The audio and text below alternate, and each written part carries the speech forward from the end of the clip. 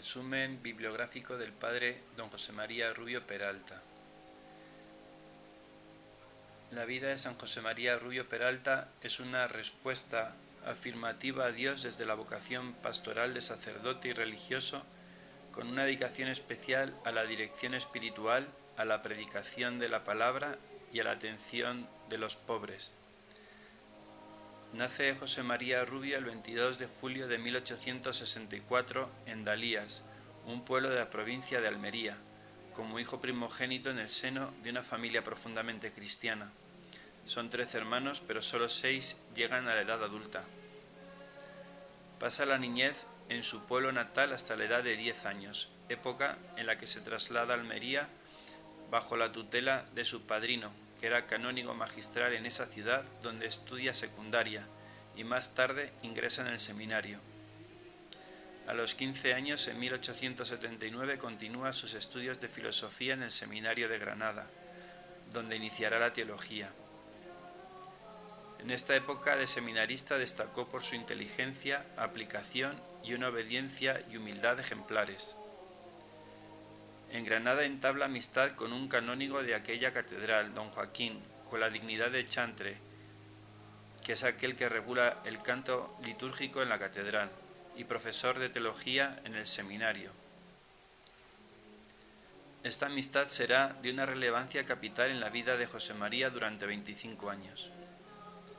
En 1886, cuando José María tiene 22 años, don Joaquín gana por oposición la canonjía de electoral en Madrid y se lleva consigo a José María, que cursará los últimos años de teología en el Seminario de Madrid. El 24 de septiembre de 1887 es ordenado sacerdote y celebra su primera misa el día 12 de octubre en el altar de la Virgen del Buen Consejo. Su primer destino pastoral lo ejerció como coadjutor en la parroquia de Chinchón, villa que tenía unos 5.000 habitantes. Durante su permanencia en esta parroquia fue capellán de las Clarisas. A estas religiosas dio sus primeros ejercicios espirituales. En Chinchón fue notoria su caridad entre los pobres, que le llevó incluso a contraer alguna deuda. De Chinchón es destinado como ecónomo a la parroquia de Estremora y durante su estancia en esta parroquia, animado por su amigo don Joaquín, se presenta a unas oposiciones a una canonjía del cabildo madrileño, pero la gana otro opositor más dotado que José María, y tras ello ocupa una cátedra en el seminario de San Dámaso como profesor de latín y metafísica.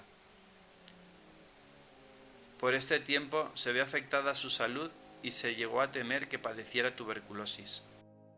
Después de un tiempo descansando, es nombrado para un cargo curial como notario en el arzobispado encargado del registro y del negociado de pobres.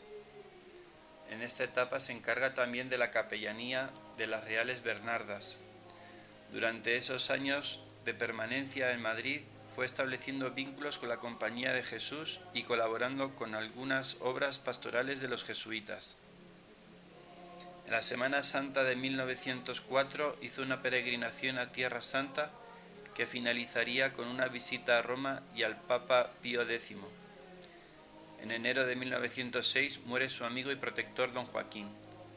El 12 de octubre de ese mismo año es aceptado como novicio en la Compañía de Jesús. Tras haber estado destinado una temporada en la residencia de Sevilla de la Compañía de Jesús, regresa a Madrid donde entra en contacto con la Asociación Guardia de Honor del Sagrado Corazón de Jesús, apostolado que promueven las Madres Salesas, que al poco tiempo pasará él mismo a dirigir. Dicha asociación llegará a contar con 1.800 hombres de todas clases sociales, entre ellos 800 obreros, que asistían a las conferencias del Padre Rubio los primeros viernes. El Padre Rubio y la adoración real perpetua y universal.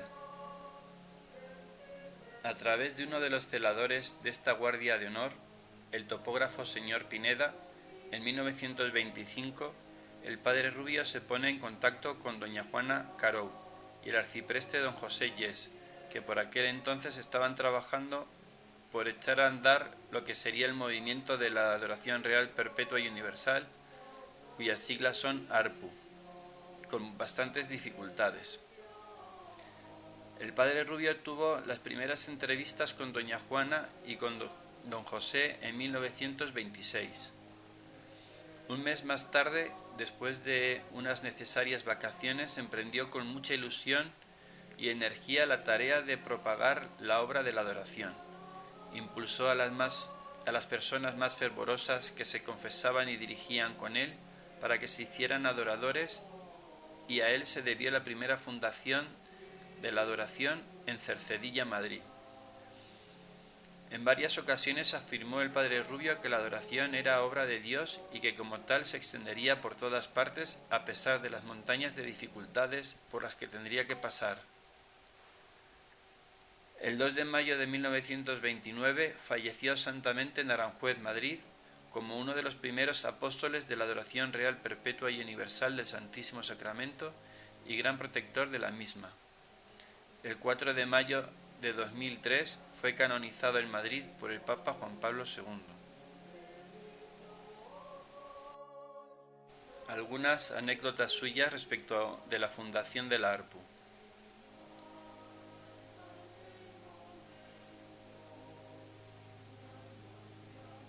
En aquella mañana, juntos el padre Rubio y Monseñor Solé y el arcipreste don José Yes discutieron los dos primeros quién sería el primero en romper el hielo de la exposición del tema por el que se habían reunido.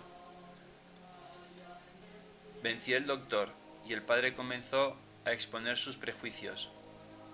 Alegaba que él era religioso de la Compañía de Jesús, en la que se le exige la más absoluta obediencia y necesitaba de la autorización de sus superiores. Por otra parte, creía que la pretensión de hallar adoradores para todos los agrarios de la tierra era una piadosa utopía que nunca se realizaría.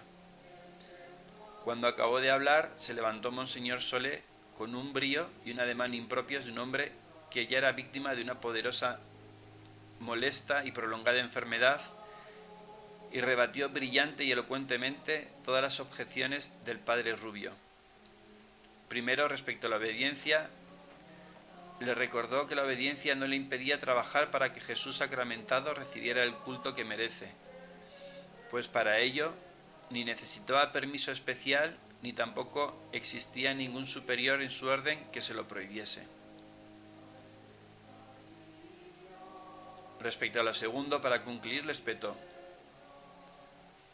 Bueno, padre Rubio, antes de separarnos definitivamente, pues el 11º mandamiento del Decálogo es no molestar, quiero que me defina, conforme a las reglas de discernimiento del espíritu de San Ignacio, si lo que yo siento viene de Dios o del demonio. Y continuó: Esta mañana, al decir la Santa Misa, he experimentado una emoción tan intensa que me he visto inundado de lágrimas. Desde el ofertorio hasta el fin de la misa, mis ojos han sido dos fuentes que han empapado la casulla y he tenido que rezar y ejecutar las ceremonias a ciegas. Después de este fenómeno y durante él, mi alma gozaba de una paz y bienaventuranza inenarrable. Dígame, padre, repito, conforme a las reglas de discernimiento del espíritu de su santo patriarca, ¿todo esto es señal de buen espíritu o de malo? Vaya con la pregunta, respondió extrañado el padre. Todo ello me parece de buen espíritu. Pues bien, continuó el arcipreste, yo estoy cansado de sabios y de gente de influencia, y busqué en usted un santo. Dios sabe si usted es santo o no. Yo por tal le tenía y su consejo y ayuda buscaba. Si usted se desentiende de la obra, pues bien, sepa que Jesucristo está cansado de verse solitario en los sagrarios. Y con el padre Rubio o sin el padre Rubio, sin necesidad del dinero de ninguna mujer, tengo la convicción, la seguridad finísima de que la obra de la adoración se llevará a cabo. A pesar de todo, padre, tengo la seguridad de que a pesar de todos estos capotazos de tono espiritual que está dando, va a caer usted en medio de la obra de la adoración y la va a ayudar con todas sus fuerzas. «Es usted terrible», exclamó algo confundido el padre Rubio. «Yo no soy terrible», respondió el arcipreste. «Quien es terrible es ese león de Judá que está en el sagrario y que confundirá a cuantos se nieguen a tributarle o a trabajar porque se le tribute el culto que se le debe en el Santísimo Sacramento». Se conmovió el padre al oírle y cuando acabó se levantó y abrazándole le dijo: «Bendito sea Dios que ha unido tanta ciencia y tanta piedad digna de llevar una mitra». Ni que decir tiene que nuestro arcipreste parecía transportado a las regiones celestiales.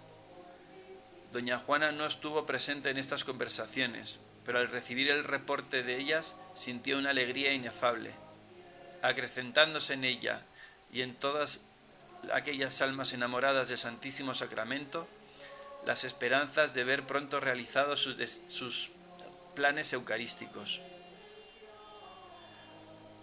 El padre Rubio pasó después un mes de descanso meditando todo esto, en Riofrío, como acostumbraba cada año. A su vuelta, de una manera muy eficaz, fue protector y propagandista de la obra de la adoración. Impulsó a los más fervorosos de sus dirigidos para que se hiciesen adoradores y, como referiríamos antes, a él se debió la primera fundación de la adoración en Cercedilla. Cuando la ocasión se presentaba afirmaba que la adoración era obra de Dios y varias veces escribió animando al arcipreste hasta que, presintiendo que se verían por última vez, quedaron y le dijo: «Ánimo, arcipreste, la adoración es obra de Dios. Siga adelante sin desmayo. Tendrá que atravesar todavía montañas de dificultades, pero todas se llenarán. No teman a nada ni a nadie. Esta obra se extenderá por todas partes, principalmente en nuestra patria, y será la salvación de España y del mundo». En un fuerte abrazo, levantándole en brazos, añadió en tono profético sin que se diera cuenta el arcipreste: «Adiós, hijo mío, ya no nos volveremos a ver». Así fue, en efecto, meses después de esta entrevista, el 2 de mayo de 1929, moriría santamente el padre José María Rubio, uno de los primeros apóstoles de la adoración real, perpetua y universal del Santísimo Sacramento. El día 8 de agosto de 1927, por la mañana, llegó el padre Rubio para inaugurar la obra de la adoración en la capilla de los veraneantes en Cercedilla. Esta inauguración se realizó con un retiro que dirigió el mismo padre Rubio y en la primera meditación, al final de ella, llenos ya todos de fervor, comenzó a preguntar a Jesús sacramentado: «Señor, ¿estás contento de mi veraneo?». En aquel momento doña Juana, que sí estaba presente, se hallaba sumida en un mar de dulzuras celestiales. Hizo suya esta pregunta y dijo al Señor: «Jesús mío, ¿estás contento de mí?». Jesús, comunicándose con ella en la misma forma que otras muchas veces, le manifestó de una manera clara y terminante lo que la sierva de Dios tradujo a su colaborador con estas palabras: «Hoy es un día de gran fiesta en el cielo por el gran impulso que ha recibido la adoración al Santísimo Sacramento al fundarla con toda solemnidad y de tal manera y tan completa en esta villa. Quiero que en este día se celebre perpetuamente una fiesta que recuerde el gran contento de mi divino corazón, que ha recibido por el adelantado y progreso que ha recibido la obra de la adoración. Con especialísimo agrado he visto cuanto ha hecho por la obra de la adoración. Esto prueba que la obra de la adoración, en la forma que allí se estableció por turnos que se van sucediendo, formados por seglares de uno y otro sexo, y que se ha ido extendiendo por toda España y el extranjero, es una aplicación de los deseos de nuestro Señor manifestados a doña Juana, de quien quiere ser adorado de todos los hombres en todos los sagrarios de la tierra. Por la tarde se celebró una nueva celebración eucarística en la iglesia parroquial, que se halla en la parte más alta del pueblo, más arriba de las casas antiguas mientras que la capilla de los veraneantes está en la parte inferior, en medio de los chalés modernos. La iglesia, bastante amplia, se había llenado plenamente. Se celebró exposición mayor y predicó desde el púlpito el padre Rubio. Me ordenan desde ahí, dijo señalando la hostia santa, que cambie el tema del discurso que ya tenía preparado, y lo hago gustosísimo. En nombre del corazón de Jesús os anuncio que, con los hechos realizados en este día en honor de Jesús sacramentado, y con la inauguración de la obra de la Real Perpetua y Universal del Santísimo Sacramento, estamos metidos de lleno en el reinado eucarístico de Jesús. De aquí en adelante, por medio de la adoración real, perpetua y universal, los hombres tendrán la fortuna envidiable de adorar y dar compañía al corazón divino de Jesús, que reside invisiblemente en la Eucaristía, como lo hacen los ángeles y los santos en el cielo. Se extendió en esas consideraciones y después, con acento profético, exclamó: el porvenir es de Jesús hostia.